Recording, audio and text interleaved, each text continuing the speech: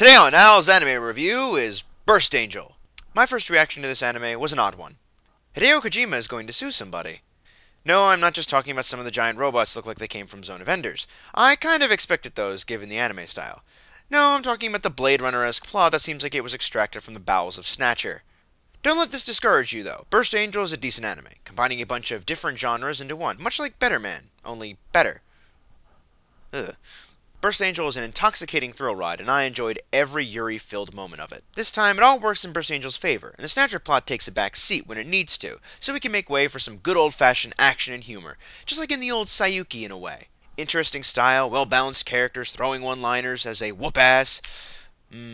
Yeah, baby, where have you been all my life? The show is about these four girls that are basically bounty hunters, fighting against some scummy criminals and sometimes the oppressive police force that is conducting some really weird science experiments in its mother's basement. Then enters this very shy 18-year-old kid who has become their chef. Yeah.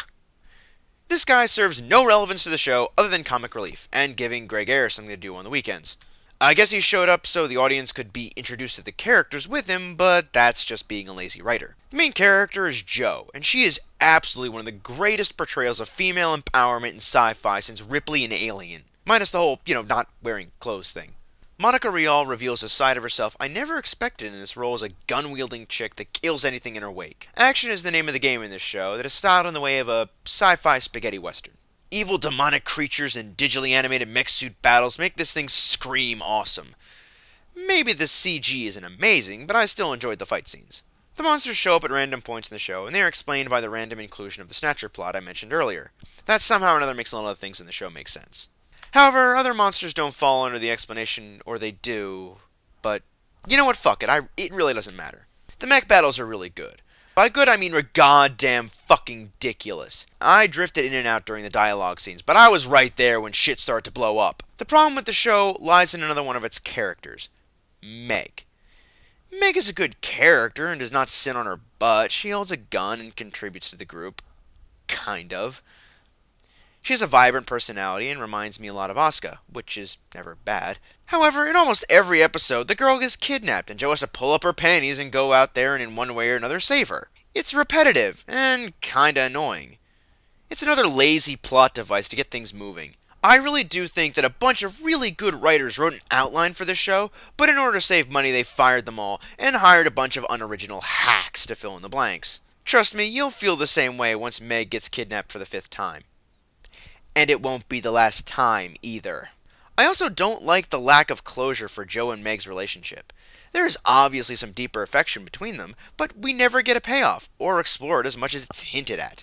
Also, the other supporting characters are rather thin. Little more than a lolly and a pair of large tits. Dear God, I think the pervert meter just fell off the scale and proceeded to commit seppuku.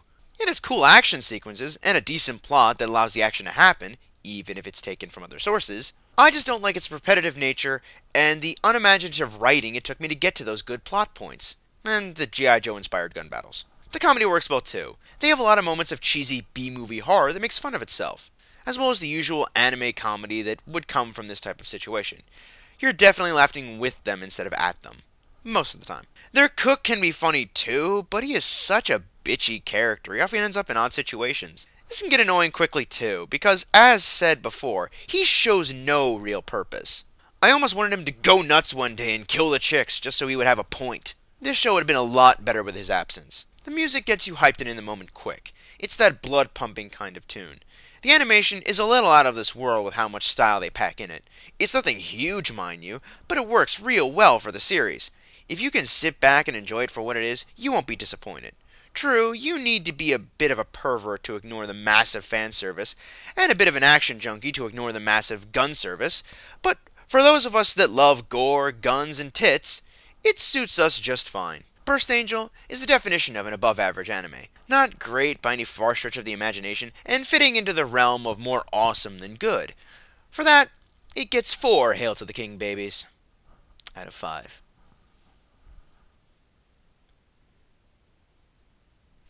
And for anybody that cares, I have no problem admitting that Samurai Champloo is a better show than this one.